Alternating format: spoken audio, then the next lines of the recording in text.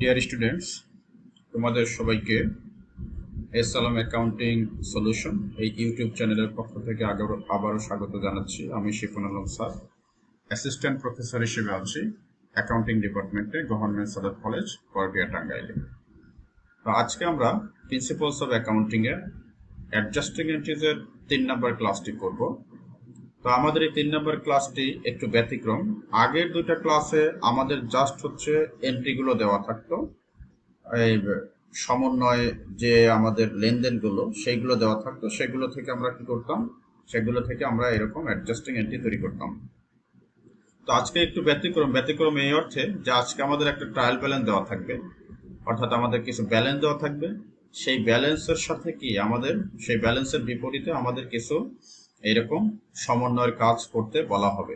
এই দুইটা, তাহলে এই ব্যালেন্সের সাথে এই সমন্বয়গুলোর অ্যাডজাস্ট করে আমাদের কি করতে হবে, এই সমন্বয় দাখিলাগুলো দিতে হবে। তো চলো আমরা শুরু করি। দেখো, এই কোশ্চেনটা 2018 সালে এসেছিল তোমাদের অ্যাকাউন্টিং ডিপার্টমেন্টের অনার্সে। তো মিস্টার রাজা স্টার্টেড এ বিজনেস, একটা ব্যবসা শুরু করেছে মিস্টার রাজা অন জুলাই 1, 2017। 2017 সালের জুলাইয়ের 1 তারিখে এই ব্যবসাটা সে শুরু করছে। In the name Raja mobile servicing, কোম্পানির নাম ছিল, ব্যবসায়ের নাম ছিল রাজা মোবাইল সার্ভিসিং।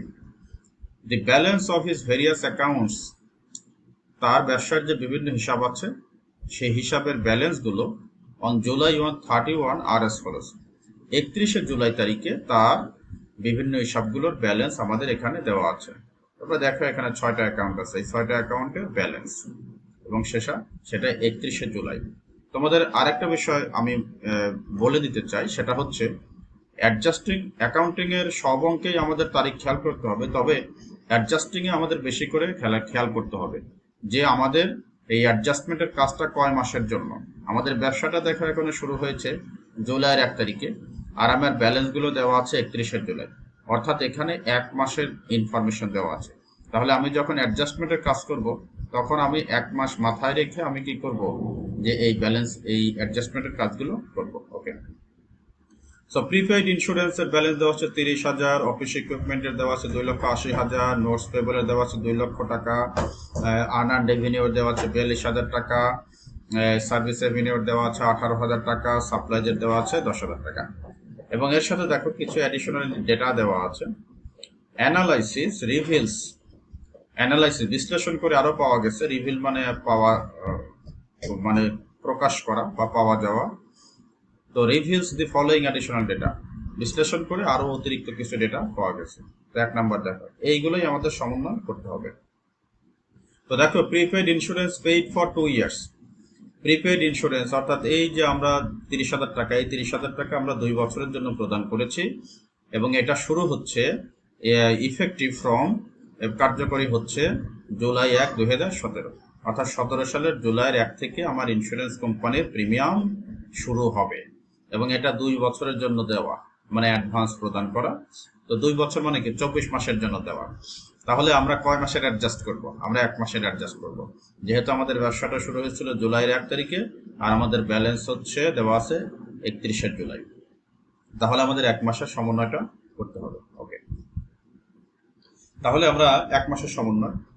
তোমাদের আরেকটা বিষয় বলে রাখি, আমাদের সমন্বয় যে বিশেষ করে আমাদের যখন ট্রায়াল ব্যালেন্স এবং এই অ্যাডজাস্টমেন্ট থাকবে, তখন সমন্বয় আমাদের এই ট্রায়াল ব্যালেন্সে যেটা দেওয়া থাকবে, ট্রায়াল ব্যালেন্সে যদি সম্পদ থাকে তাহলে আমাদের এক্সপেন্সের জাবেদা দিতে হবে, আর যদি এখানে এক্সপেন্স থাকে তাহলে আমাদের এই সম্পদের জাবেদা দিতে হবে। এটা জেনারেল কনসেপ্ট।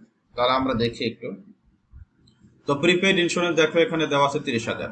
তো 30,000 টাকা হচ্ছে আমার সম্পদ, কিন্তু আমার যেহেতু 1 মাস উত্তীর্ণ হয়ে গেছে, আমি 31 জুলাই তারিখে আমি সমন্বয় করছি, তার মানে 1 মাসের এই প্রিপেইড ইন্স্যুরেন্স সম্পদ আমার কমে যাবে, কারণ এটা খরচ হয়ে যাবে।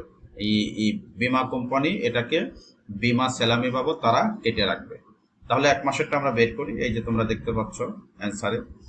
সো ইন্স্যুরেন্স এক্সপেন্স, আমার প্রিপেড ইন্স্যুরেন্স দেওয়া ছিল 30,000, এই 30,000কে যেহেতু 2 বছরের জন্য দেওয়া ছিল, মানে 24 মাস, 24 দিয়ে ভাগ দিলে 1 মাসের খরচ আমরা পেয়ে যাব। তো 1 মাসের খরচ হচ্ছে 1250 টাকা, 1250 টাকা। তাহলে যেহেতু আমার খরচ হয়ে গেছে মানে খরচ বৃদ্ধি পেয়েছে, এই কারণে ইন্স্যুরেন্স এক্সপেন্স ডেবিট। আর এই খরচ হওয়ার কারণে আমার 1 মাসের প্রিপেইড ইন্স্যুরেন্স কমে গেছে, মানে সম্পদ কমে গেছে। তো সম্পদ কমে গেলে আমরা সেটাকে কি করি, ক্রেডিট করি। এই কারণে আমাদের এখানে এটা ক্রেডিট করা হয়েছে। ওকে,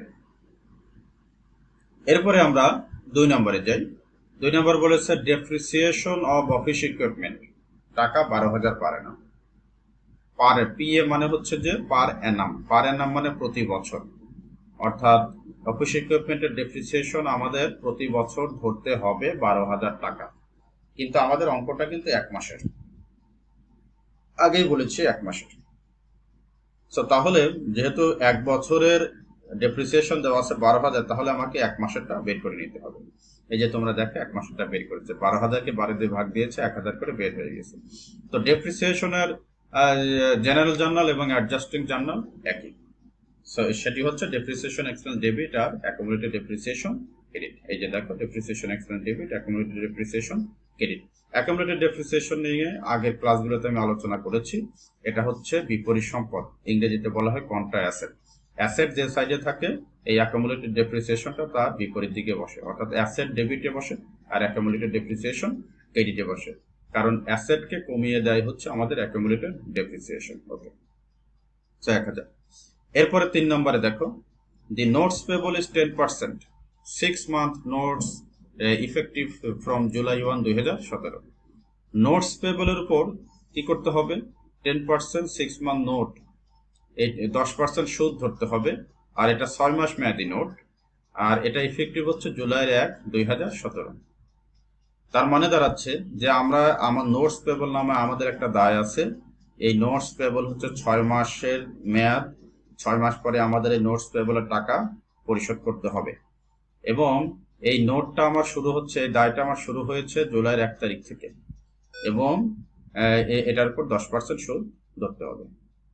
ওকে, তাহলে আমরা দেখি অনেকেই অনেকেই মানে বুঝতে পারে না বা কনফিউজড হয়ে যায় যে আমাদের এখানে কি নোটস পেবলের জাবেদা হবে নাকি আমার হচ্ছে সুদের জাবেদা হবে, 1 মাসের ইন্টারেস্ট বের করব নাকি 6 মাসের ইন্টারেস্ট বের করবো। এটা কিন্তু অনেকেই কনফিউজড হয়ে যায়।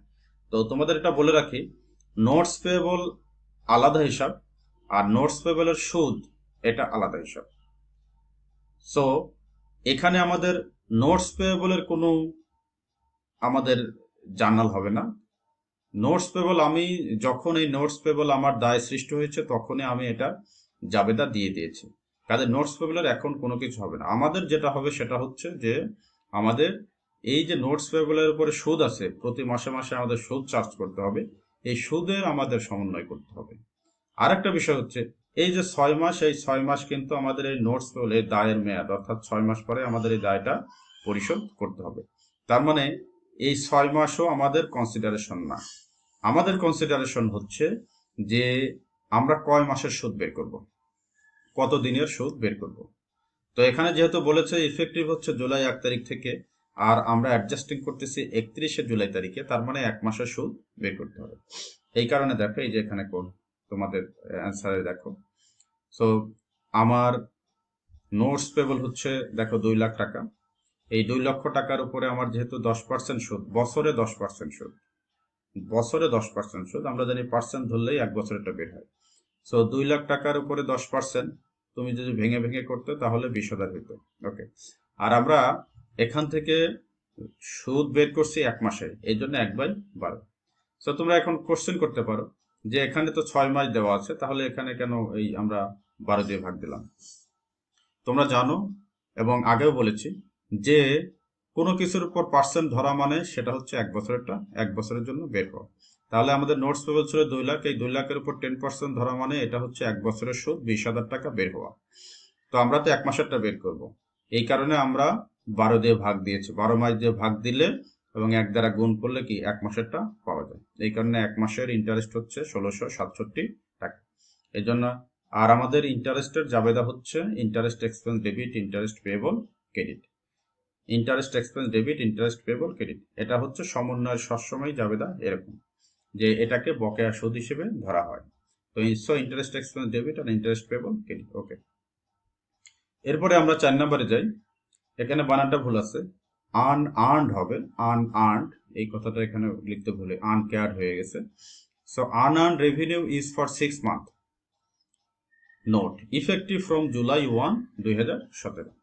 আনআর্নড রেভিনিউ হচ্ছে 6 মাসের, অর্থাৎ 6 মাসের টাকা তুমি অ্যাডভান্স নিয়েছো। আনআর্নড রেভিনিউ আমরা জানি যে আনআর্নড রেভিনিউ হচ্ছে দায়, কারণ আমরা টাকা নিয়ে ফেলি, কিন্তু সেই সেবাটা না দিলে পরে আমাদের সেটা দায় হিসেবে থেকে যায়। তো এটা 6 মাসের জন্য আমাদের আনআর্নড রেভিনিউ ছিল, আমাদের দায় ছিল, এবং এটা শুরু হয়েছে জুলাই 1, 2017, অর্থাৎ এই এই এই টাকাটা আমি নিয়েছিলাম জুলাইয়ের 1 তারিখে। তো তাহলে জুলাইয়ের 1 তারিখে নিয়েছি, জুলাই থেকে আমাদের সার্ভিস দিতে হয়েছে, অর্থাৎ জুলাই 1 তারিখে আমি টাকা নিয়েছিলাম হচ্ছে আনআর্নড রেভিনিউ কত আছে আমাদের এখানে দেখো আনআর্নড রেভিনিউ আছে 42,000 টাকা। সো 42,000 টাকা আমি অ্যাডভান্স নিয়েছিলাম 6 মাসের, তাহলে আমার প্রতি মাসে হবে 6 7 42, অর্থাৎ 7,000 টাকা হচ্ছে আমার 1 মাস কাজ করে দিলে আমার 7,000 টাকা আয় হয়ে যাবে।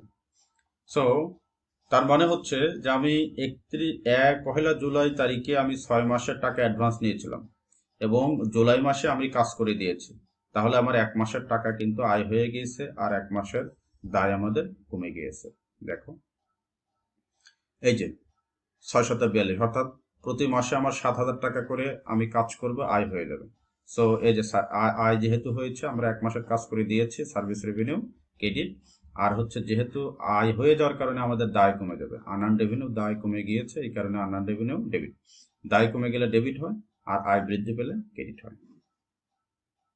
এটা নিয়ে আগেও আলোচনা করেছি। এরপরে 5 নম্বর, সার্ভিস প্রোভাইডেড বাট আনবিল। এটা অ্যাজ ইউজুয়াল আগের 2টা অঙ্কই আমি এটা দেখিয়েছি, এবং এটা জেনারেল জার্নালের মতোই, সেবা দিয়েছি কিন্তু টাকা পাইনি, তার মানে বকেয়া আছে, বাকিতে আমি সেবা প্রদান করেছি, তার মানে আমার দেনাদার বাড়বে এবং আমার সার্ভিস রেভিনিউ বাড়বে। এই কারণে দেখো অ্যাকাউন্ট রিসিভেবল ডেবিট আর সার্ভিস রেভিনিউ ক্রেডিট 12,000 টাকা। ওকে, 6 নম্বরে আসো। On July 31, unused supply shows টাকা 1,000। জুলাইয়ের 31 তারিখে আমার আনইউজ সাপ্লাই দেখাচ্ছে 1,000 টাকা। সাপ্লাই দেখে আমার কত আছে, এই যে সাপ্লাই হচ্ছে আমার 10,000 টাকা ছিল, সাপ্লাই ছিল 10,000 টাকা, কিন্তু দেখো জুলাই 31 তারিখে এসে আমাকে বলছে আনইউজ সাপ্লাই এখন আর অব্যবহৃত আছে কত, 1,000। সো আমার সাপ্লাই ছিল 10,000 আর মাস শেষে আমার সাপ্লাই আছে 1,000, তাহলে আমাদের বাকি 9,000 টাকা কই গেল? ছিল 10,000 কিন্তু এখন আছে 1,000, তাহলে বাকি 9,000 কই গেল? নিশ্চয়ই ব্যবহার করা হয়েছে, ব্যবহার করার কারণেই কি আমাদের সাপ্লাইসটা কমে গিয়ে এখন 1,000 টাকা হয়ে গেছে। তো সাপ্লাইস ব্যবহার করলে আমরা জানি যে সেটা কি করতে হয়, খরচ হিসেবে দেখাতে হয়।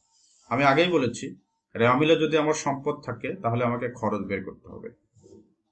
রেওয়া মিলে যে সাপ্লাই এখানে কি 10,000 টাকা সম্পদ দেখানো হয়েছে, আবার এখানে তোমার বলে দিয়েছে কি আনইউজ সাপ্লাই আছে 1,000, অর্থাৎ যতটুকু আমার চেঞ্জ হয়েছে বিপরীত সেটার, কিন্তু কারণ আমি সাপ্লাইজের হিসাব তো আগেই দেখিয়েছি, আবার যদি আমি সাপ্লাই দেখাই তাহলে আমার কি হয়ে যাবে, এই 10,000 আর এই 1,000 11,000 হয়ে যাবে, আমার চেঞ্জটুকু দেখাতে হবে। এই জন্য বিপরীতটা সহজে মনে রাখার জন্য আমাদের বিপরীত হিসাব করতে হয়। যদি সম্পদ থাকে তাহলে আমাদের খরচ বের করে খরচের জাবেদা দিতে হবে, আবার যদি এখানে খরচ থাকতো তাহলে যতটুকু সম্পদ আছে ততটুকু জাবেদা দিতে হতো। তো আশা করি বুঝতে পেরেছো। এখন তাহলে আমরা জাবেদাটা দেখি। তো সাপ্লাই ছিল 10,000, এখন আছে 1,000, তার মানে 9,000 টাকা খরচ হয়ে গেছে। সাপ্লাইজ খরচের জাবেদা আমরা জানি, সাপ্লাইজ এক্সপেন্স ডেবিট আর সাপ্লাইজ ক্রেডিট। সাপ্লাইজ এক্সপেন্স বৃদ্ধি পেয়েছে 9,000 টাকা, আর এই খরচের কারণে আমার সাপ্লাই সম্পদ কমে গিয়েছে, এই কারণে সাপ্লাইজ ক্রেডিট 9,000 টাকা। সো এই হচ্ছে আমাদের ওই ট্রায়াল ব্যালেন্স অথবা ব্যালেন্স, সেই ব্যালেন্সের সাথে হচ্ছে তোমার অ্যাডিশনাল ডেটা অ্যাডজাস্টমেন্ট, এবং এই দুটা কম্পেয়ার করে আমাদের কি করতে হয়, এই দুইটা একসাথে নিয়ে আমাদের এই অ্যাডজাস্টিং এন্ট্রিগুলো করতে হয়। সো এই রিলেটেড অঙ্কগুলো সাধারণত পরীক্ষায় বেশি আসে, তোমরা দেখো বিভিন্ন কোশ্চেনগুলো, আর তাহলে আরো বেটার কি পাবে, ধারণা পাবে। সো এরপরেও যদি তোমাদের কোনো সমস্যা থাকে অবশ্যই তোমরা জানাবে। সবাই ভালো থেকো, সুস্থ থেকো, আল্লাহ হাফেজ।